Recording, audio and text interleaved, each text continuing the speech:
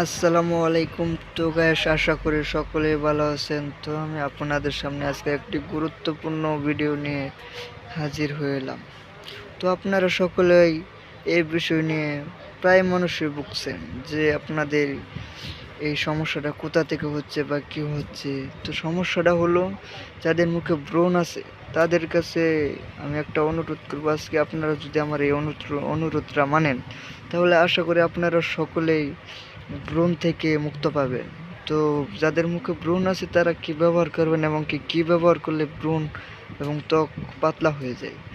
তো আজকে একটা বিষয় বলবো, যে যেমন দেখা গেছে লতা, স্কিন শাইন এবং ক্যালসিয়াম, এগুলো ব্যবহার ভুলেও করবেন না, কারণ এগুলো ব্যবহার করলে আপনার মুখে যে ত্বকটা, এই ত্বকটা আপনার মানে পাতলা হয়ে যাবে, তখন আপনার লাল হয়ে যাবে। তখন আপনি কোনো ডাক্তারের কাছে গিয়েও এই আপনার পরামর্শটা নিতে পারবেন না, কারণ ডাক্তারও ভালো করতে পারবেন না, কোনো নাইট ক্রিম ইউজ করেও আপনারা এটা ভালো করতে পারবেন না।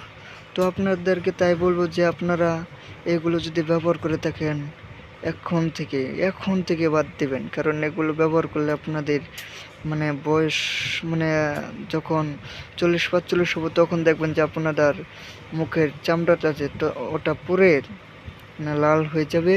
তো আপনারা এটার জন্য যদি কোনো ক্রিম নিতে চান, যাদের মুখে ব্রণ আছে তাদেরকে বলবো আমার ভিডিওতে একটা কমেন্ট করেন, আশা করি আপনাদেরকে ভালো একটা পরামর্শ দেব। তো পরামর্শ যদি ভালো হয় তাহলে আপনারা আমাকে আরও কমেন্ট করবেন। তো আপনাদের যারা এই ভিডিও নিয়ে ভুগতেছেন তাদেরকে বলতেছি, আপনারা একটা কমেন্ট করেন আমাকে, ইনশাআল্লাহ আপনাদেরকে একটি ভালো মানের একটি যুক্তি পরামর্শ দেব। তো আপনারা আমার ভিডিওটি দেখবেন, আপনাদের সামনে আমার ভিডিওতে গেলে একটা লাইক, একটা কমেন্ট, একটা শেয়ার করে দেবেন।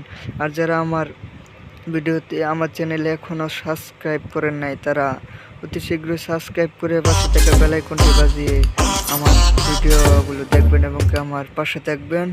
আশা করি ভালো থাকবেন। তো এরকম ভিডিও যদি আপনাদের কারো প্রয়োজন হয়, কেউ যদি আপনারা ব্রণ, মেস্তা, গার কালো এগুলোর জন্য ভুগতেছেন, তারা আমার ভিডিওতে অতি শীঘ্রই একটা করে কমেন্ট করেন, আশা করি আপনাদেরকে ভালো একটি বুদ্ধি পরামর্শ দেব। তো সো গাইস, আশা করি ভালো থাকবেন। ইনশাল্লাহ দেখা হচ্ছে পরবর্তী ভিডিওতে।